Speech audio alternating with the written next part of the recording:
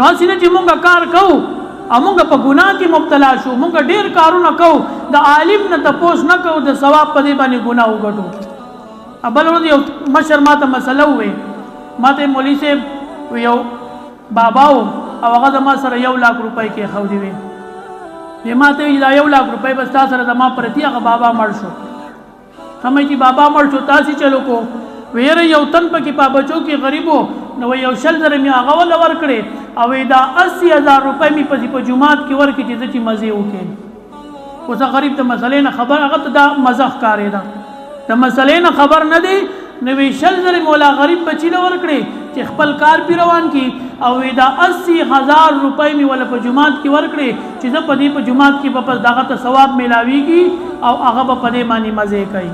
اوس هغه په دې باندې مزيو کې او کوونه کې تا خدان ذمہوار کو کنا د چا عالم نه تپوس کول پکارو چې د 1 لاکھ روپو سره زو سو کوم دا خو د میراث مسله د غستا مال نه دی چې تا په جمعات کې 80000 روپۍ ورکړي او ثواب دی وګټو او ډیر ځان دي ځان تقوادار او پرهیزګار او نیک عمل جوړ کو، دا خو تا ګناه کارو کو، غلط کار دیو کو.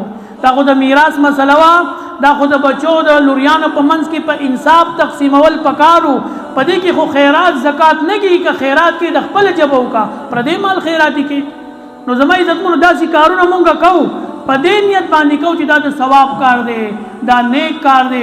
خو هغه طریقه د قرآن او د حدیث خلافي د چا عالم سرپرستی پکې نه نو مونږ یو کار کړي د ثواب په تمه یو او کړم د ګناه کاری. نو یو خو په هر یو معاملې کې د چا عالم نه تپوس کوي. ګوره د کاروباري معاملات ډېر مشکل معاملات دي. حضرت امام محمد رحم الله نه چا تپوس کو وی حضرت وی تا په تصوف باندې چرته کتاب اون لیکو، په تصوف باندې چرته کتاب لیکلې وی نو ستا په کتابونو کې د تصوف کتاب نشتا. هغه ما په بيو باندې په معاملاتو باندې په خرید او فروخت باندې چې کوم مسائل لیکلي ویلا د ټولو نه لوی تصوف ته دا مې لیکلې کنا. مونږ په بازار کې تاسو ګورئ څومره کاروباري خلک دي، یو کاروباري سړی چرته عالم ته نه کینی چې زما دا کاروبار دا د قرآن او د حدیث د شریعت مطابق دی او کنه دی. څومره معاملات دي، څومره د خلکو شراکتونه دي، یو بل سره شراکت کوي.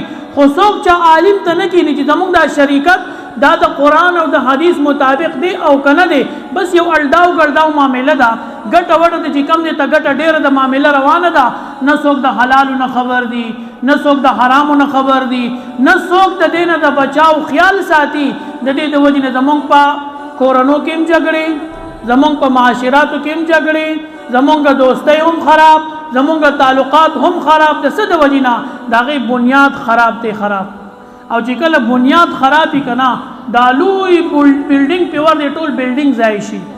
نو کله کله داسې وشي چې معاملات خرابي، د خرابو معاملاتو د وجې نه د کاروبار بنیاد د حرام وي، د حرامو د هغې ابتدا د حرامو نه وشي، د هغې کاروبار بنیاد په حرامو باندې کېښودلی شي.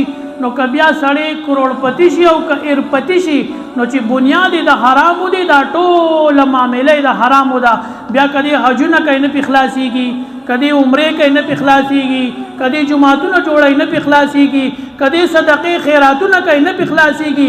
اله به خلاصېږي دا ټول حرام مال نه لاس وینځي او لرې کړي نو اله به دې پاک شي، کنې په دې باندې نه پاکېږي. د دې مسلو نه ځان خبرول پکار دي چې کم از کم زمونږ معامله د حرامو نه وي، د ناجایز نه وي. نو چې کله د قرآن او د حدیث مطابق کوشش کوو نو انشاءالله زمونږ په مالونو کې به هم برکتي، زمونږ رشتې به هم خوږي، زمونږ تعلقاتونه به هم ښایسته او زمونږ د یو بل سره معاشرت او معاملات به ښایسته.